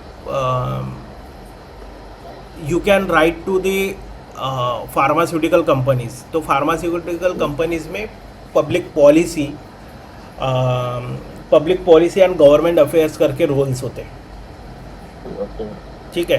तो you can reach out to them, you can write to them कि ये these are the researches I have done और ये चीज़ें हैं गवर्नमेंट के साथ, you can work on this चीज़ें। मतलब फॉर एग्जांपल कोई लाइसेंस या कोई इस पे गवर्नमेंट के साथ इशू चल रहा है फार्मास्यूटिकल इंडस्ट्री का, तो उस पर कुछ लिख दिए, उस पर कुछ बोल दिए, तो उससे क्या होगा, उससे आपका ट्रस्ट और क्रेडिबिलिटी बढ़ेगा and you can write to the companies कि ये चीज़ें हो रही है, इस पर काम करने की ज़रूरत है, रिसर्च करने की ज़रूरत है। तो इसमें क्या है कि इसमें पर्टिकुलरली आपके लिए ऐसा जॉब नहीं निकलेगा, आपको उसको दिखाना पड़ेगा कि भाई इसकी ज़रूरत है। तो वो नीड क्रिएट करना पड़ेगा, हमें डिमांड क्रिएट करनी पड़ेगी। हाँ, तो उस तरीके से because you have spend lot of time to study this molecules and all this, थोड़ा सा इसका थोड़ा सा मतलब मैं ये बोलूँगा कि थोड़ा सा बिजनेस ओरिएंटेड हो जाओ या कमर्शियल हो जाओ। तो कमर्शियल चीज़ें स्टडी कर लोगे कि कितने फार्मास्यूटिकल कंपनीज है, मार्केट कैपिटलाइजेशन कितना है, कितना फाइनेंसेस डाइवर्ट हो रहा है टूवर्ड्स दिस सेक्टर, कितना डेवलप हो सकता है Indian market against the world, फिर अपने यहाँ से कितना एक्सपोर्ट हो रहा है, एक्सपोर्ट डेफिसिट है या क्या है, तो एक्सपोर्ट इंपोर्ट का रेशो निकाल लो। तो इससे क्या होगा, एक कॉन्क्रीट, जैसे मैंने नालंदा को भी बोला कि एक रिसर्च पेपर बन सकता है, उस तरीके रिसर्च पेपर भी बनाना, तो एक रिकग्निशन आ जाता है। Okay. क्योंकि आपने पीएचडी किया है तो it would be very very much concrete for your profile. Mm-hmm. तो इससे क्रेडिबिलिटी एकदम भाई एकदम एट पार हो जाएंगी। Okay. तो उससे So then in this the government affairs you mentioned, is it necessary to have some legal degree or certification? Because I have not been into law and everything. So, नहीं नहीं इतना but I नहीं do है। have a fair understanding of the terms and something like that, हाँ। how to process. तो भी आपने process बताया, writing briefs, like I have a couple 3-4 research Yeah. papers published as well, हाँ according to my PhD as well. So वो एक comprehensive understanding तो है, how to break down into it, how to elongate it, what are the points, quantitative, qualitative, what do you present and everything. Like fair bit of understanding I do have. हाँ But जैसे आपने बताया कि भाई government affairs अगर companies में होता है, so is it a mandate I can say to have some see it depends on the company as well, ठीक है। लेकिन मेरे हिसाब से मेरे जितनी अंडरस्टैंडिंग है अभी, I have few friends working with the Google जिनका बैकग्राउंड नहीं है लीगल का, लेकिन वो they are working with the Google on public policy and government affairs. एक दो फ्रेंड थे जो सोलर कंपनी में थे। इसमें कोई ज़रूरत नहीं है कि लीगलिटी का या लीगल एजुकेशन हो, जस्ट यू शुड अंडरस्टैंड कि ये कंप्लायंसेस है, ठीक है। यू शुड अंडरस्टैंड कि भाई ये पॉलिसी बनी है, हम ये प्रोडक्ट इंडिया के बाहर भेजना है तो ये सर्टिफिकेशन, ये ग्रेडेशन या इनका एक्रेडिशन और ये सब चीज़ें लगेंगी, ठीक है। लैब टेस्टिंग लगेंगी ये सब। और आपको गवर्नमेंट अफेयर्स में you have to interact with the government stakeholders कि जहाँ पे आपके जो प्रोडक्ट्स है, आपका जो कंपनी का पोजीशन है उसको क्लियर करते जाना है आपको लीगली, बस हो गया। ऑब्वियसली कंपनीज अपनी लीगल टीम रखती है, लीगल टीम को प्रोडक्ट नहीं समझता है। ओके, यही प्रॉब्लम को एड्रेस करने के लिए अपन बने, समझे। अगर हमारे पास टेक्निकल नॉलेज है प्लस लॉ का नॉलेज है तो then you can position your product very effectively कि भाई अगर हम मान लो कि इतना ही उसमें ग्राम्स होने चाहिए, मिलीग्राम्स होने चाहिए, ठीक है। कोई मॉलिक्यूल हो या कोई आप टेस्ट करते होंगे आपके लैब में, कंपनी से कोई प्रोडक्ट आ गया, आप टेस्ट कर रहे हो तो थोड़ा सा भी ज़्यादा हो गया तो वो फिर कंप्लायंसेस का इशू आ जाएगा उनका, राइट। अब वो लीगल वाले को नहीं समझता ये चीज़ें। लीगल वाला सिर्फ इतना ही देखता है कि भाई ये है, ये ढांचा है, इस फ्रेमवर्क के हिसाब से बराबर है या नहीं है। लेकिन वहाँ पे technical person can explain to the authority के ये रीजंस होते हैं, ये कुछ मॉलिक्यूल्स प्रेशर्स के कारण चेंज हो जाता है, कुछ मॉलिक्यूल्स इसके कारण, टेम्परेचर के कारण, एटमॉस्फेरिक टेम्परेचर, ये वो एक टेक्निकलिटी उनको नहीं पता है। तो जब हम किसी प्लेटफॉर्म पे होते हैं जहाँ पे ऑडिट होता है, ये होता है, तब आपके जैसे लोगों का ही ज़्यादा इन्वॉल्वमेंट होता है वो सब प्रोसेस में। या thank you so much, Yes. Look into it and will हाँ, स्टार्ट तो वर्किंग ऑन इट। आपने एक पॉइंट बोला ना, आपने आर्टिकल्स लिखे हैं, पेपर पब्लिश है आपके, तो आप थोड़ा टेक्निकल साइड है सर, हाँ, जो मैंने तो मैं काम वही किया, बोल रहा हूँ। रिसर्च किया है वो हाँ, सब। तो मैं वही बोल रहा हूँ, अभी थोड़ा सा ओरिएंटेशन चेंज कर दो आपका स्टडी का, ओके, तो आप थोड़ा सा बिजनेस और पॉलिसी के पर्सपेक्टिव से देखो, ठीक है। तो वो पेपर बहुत क्रेडिबल हो गया आपके करियर के लिए, मतलब अगर पब्लिक पॉलिसी में आपको स्विच करना होगा तो, ओके, ठीक है सर, ठीक है। Yes, thank you so much. या और कोई क्वेश्चन है? हाँ, सर, यस अच्छा मेरा और एक क्वेश्चन यस था। तो जैसे कि मेरा फेलोशिप अभी 4 महीने में ख़त्म होने जा रहा है, yes and after that like do you suggest कि मैं एक और फेलोशिप या ऐसा कुछ करूँ, या फिर I should directly try for these companies you are saying big 4 और like send my project to various departments, जैसे कि नेशनल रूरल लाइवलीहुड मिशन में बहुत लोग काम करते हैं तो उनको मैं भेजूँ अपने काम, तो आप क्या सजेस्ट कर रहे हो, क्या कर रहे हो इसके बारे में? ये कितने साल की फेलोशिप थी? सर ये 1 साल की फेलोशिप है। 1 साल की फेलोशिप। देखो, फेलोशिप पे फेलोशिप करना I think it is not a good option, ठीक है। तो बेटर है कि यू स्टार्ट सर्चिंग। तो अगर हाँ सी मैंने उस दिन भी आपको पूछा था कि आपका इंटरेस्ट है क्या इसमें craft and this artisans group के साथ काम करना, क्योंकि एक चीज़ होता है कि मुझे फ्यूचर में इस पे काम करना है, ठीक है, और एक चीज़ होता है कि भाई मेरे को सिर्फ मतलब फाइनेंशियल स्टेबिलिटी होना चाहिए, सब चीज़ें इसके लिए मेरे को जॉब करना है। तो ये इसका अगर आंसर आप मुझे दे दोगे तो फिर इजी हो जाएगा चीज़ें आगे लेके जाने के लिए। तो सर मैं रूरल लाइवलीहुड पे काम करना चाहती हूँ, not particularly to in craft sector. हाँ, तो फिर बेटर है कि you approach to those organization who are working with the rural communities या कम्युनिटी बेस्ड एंटरप्राइजेस है या उस तरीके के लाइवलीहुड प्रोजेक्ट्स पे काम कर रहे हैं, क्योंकि फिर से एक बार करोगे तो वही चीज़ रिपीटेटिव हो जाएंगे, ठीक है। तो बेटर है या यंग फेलोशिप्स देखो, यंग प्रोफेशनल्स का देखो, जो भी गवर्नमेंट लाइवलीहुड में दे रहा है, रूरल लाइवलीहुड में दे रहा है, तो उसमें ट्राई करो। अदरवाइज़ ऑर्गेनाइजेशंस को अप्रोच करो, कोई भी बिग फोर को मत करो, क्योंकि बिग फोर इस सब सेक्टर में काम नहीं करता है, करता भी होगा तो बहुत ही नीश है, तो इसलिए वो इतना एक्सपोजर नहीं मिल पाएगा आपको। मैं जितना समझ पा रहा हूँ आप जो बोल रहे हो, तो आपको अगर रियल टाइम और रियल एक्सपोजर चाहिए, ग्राउंड का रूरल एक्सपोजर चाहिए, तो बेटर है किसी गवर्नमेंट मिशन के साथ काम करो, या फिर जो जैसे ऑर्गेनाइजेशंस है, फॉर प्रधान हो गया, उस तरीके के ऑर्गेनाइजेशंस है, उनके साथ काम करो, तो वो बहुत अच्छा एक्सपोजर देगा। वो स्वानिति करके एक ऑर्गेनाइजेशन है, फिर देर आर मल्टीपल ऑर्गेनाइजेशन जो इस तरीके के काम करते हैं, उनके साथ काम करो। आई विल शेयर जो भी मेरे पास आता है, I will share with you, ठीक है। तो फेलोशिप फिर से मत करो, क्योंकि that will be again waste of time. अभी थोड़ा सा रियल एक्सपोजर लो, प्रोफेशनल वर्क में जाओ, तो उसमें भी बहुत सारा प्रेशर्स हैंडल करना सीख लोगी, इंडिपेंडेंटली चीज़ें करना सीख लोगी, ठीक है। तो वो बेटर रहेगा मेरे हिसाब से। Okay sir. आप क्या सोच रहे थे?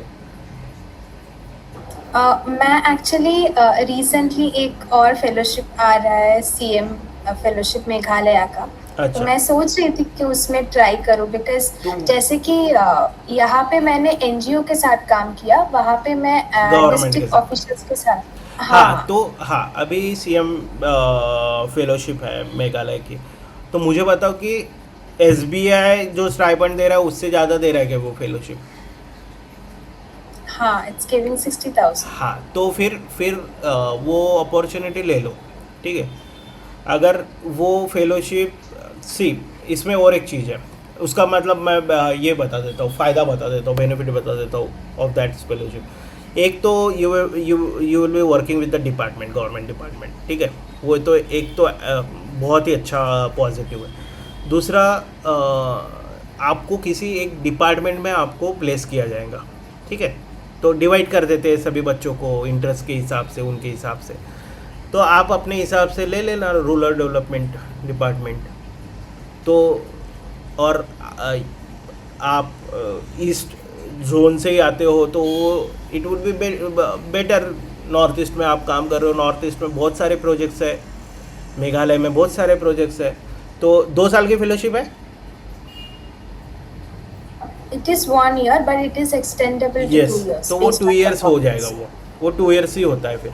तो 2 साल काम करने से फिर you can work with EY, KPMG और डेलॉयट, एनीथिंग, क्योंकि फिर वो डायरेक्टली गवर्नमेंट के साथ हेडक्वार्टर्स में ही काम करते हैं, एग्जीक्यूशन के लिए डिस्ट्रिक्ट पे भी होते हैं, तो वो I guess that would be better. मुझे लगा कि नॉर्मल कोई फेलोशिप है, तो फिर वो डबल फेलोशिप करने में कोई इंटरेस्ट नहीं है, कोई बेनिफिट नहीं है, लेकिन वो fellowship is better for you, CM fellowship, yes. तो वो कर लो। तो अप्लाई किया आपने? नहीं सर, मैं एप्लीकेशन प्रोसेस देख रही थी, मैं आपको कंसल्ट करूंगी जब हाँ जो भी हाँ, प्रोसेस करो और कोई प्रीवियस फेलोज होंगे वहाँ के मेघालय के, तो उनसे भी इंटरेक्ट करो। हाँ हाँ आई थिंक ये उनका फर्स्ट First ईयर है? है। ओके हाँ हाँ ठीक है, तो प्रोफाइल उस तरीके से बिल्ड कर लेना, आपका सीवी थोड़ा सा अच्छे तरीके से लिख लेना कि वो गवर्नमेंट, मतलब हमारा जो चांस है वो थोड़ा सा बढ़ाना है, ठीक है। तो बेटर प्रोफाइल रहेगी तो बेटर है कि जल्दी सिलेक्शन हो जाएगा, नहीं तो फिर प्रोफाइल और already you have work for 1 year तो वो अच्छा एडेड एडवांटेज है। तो ये एग्जामिनेशन लेने वाले, वो एंट्रेंस लेने वाले, sir basically they have circulated a form and उस पे हमारा सीवी अपलोड करना है और उनके असेसमेंट है, 3 केस स्टडीज है वो सॉल्व करना है एंड उसके बाद direct interview to get shortlisted. Okay okay, वो भी ठीक है। महाराष्ट्र में क्या होता है, अभी बहुत साल से ले रहे हैं ये सीएम फेलोशिप, तो दे कंडक्ट एन एग्ज़ाम, ठीक है, ऑनलाइन एग्ज़ाम होता है, उसके बाद यस हाँ मैं महाराष्ट्र में अप्लाई नहीं कर पाई बिकॉज उसका जो स्टार्टिंग डेट है वो मेरे फेलोशिप कंप्लीट होने के 1 महीने पहले है, तो आई कैन नॉट अच्छा जॉइन। हाँ, तो Yes.